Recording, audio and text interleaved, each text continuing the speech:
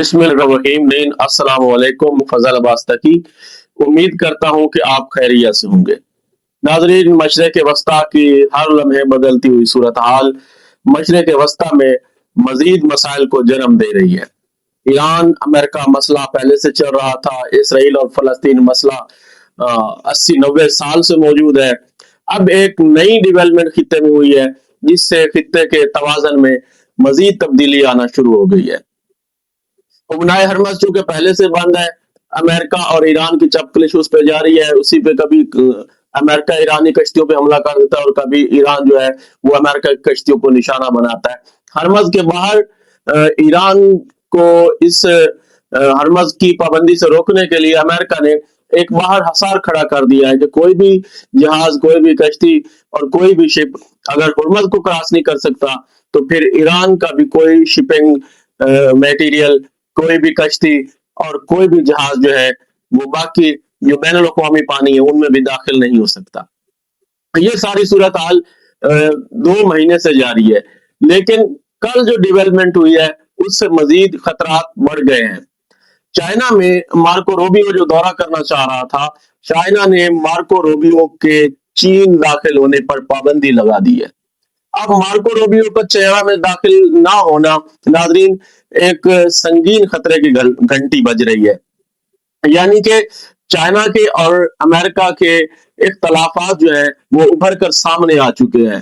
पहले हम देखते रहे कि जो भी अमेरिकन सदर होता था वो चाइना का दौरा करता था, लेकिन बाइडन ने अपनी दौरे हुकूमत में चाइना का दौरा नहीं किया। ट्रंप ने भी अभी तक चाइना का दौरा नहीं किया, लेकिन रूबियो, मार्को रूबियो जो है उसको चाइना में उसके दाखिले पर चाइना हुकूमत ने पाबंदी लगा दी है। नतीजा यह है कि इख्तलाफात खुल के सामने आ रहे हैं। एक मरतबा फिर अमेरिका और चाइना के तल्लुकात में मजीद तजाद आना शुरू हो गया है। सर्द जंग बढ़ना शुरू हो गई है।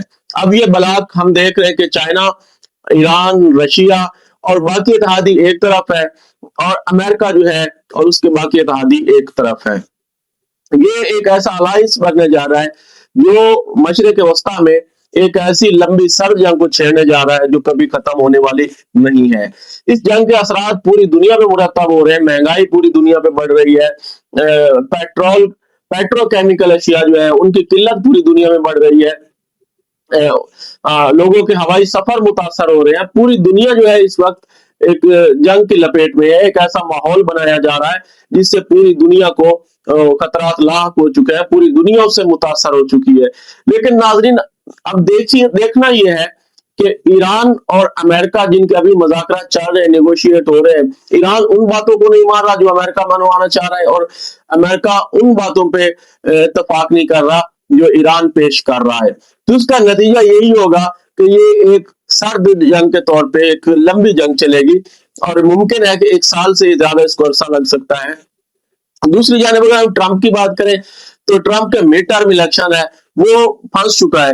अब अगर वो जंग को मजीद आगे बढ़ाता है तो उसके लिए ये भी परेशानी है। मिड टर्म इलेक्शन उसके सर पे है और अगर वो इसको पोस्टपोन करता है और इसको सर्द जंग में तब्दील करता है तो इससे भी ट्रंप की साख जो रही सही है वो भी हमेशा के लिए खत्म हो जाएगी और मिड टर्म इलेक्शन उसके लिए नुकसानदेह साबित होंगे। अमेरिकन इंतजामिया इस वक्त किसी भी सवाल पे कोई भी जवाब देने से कतरा रही है।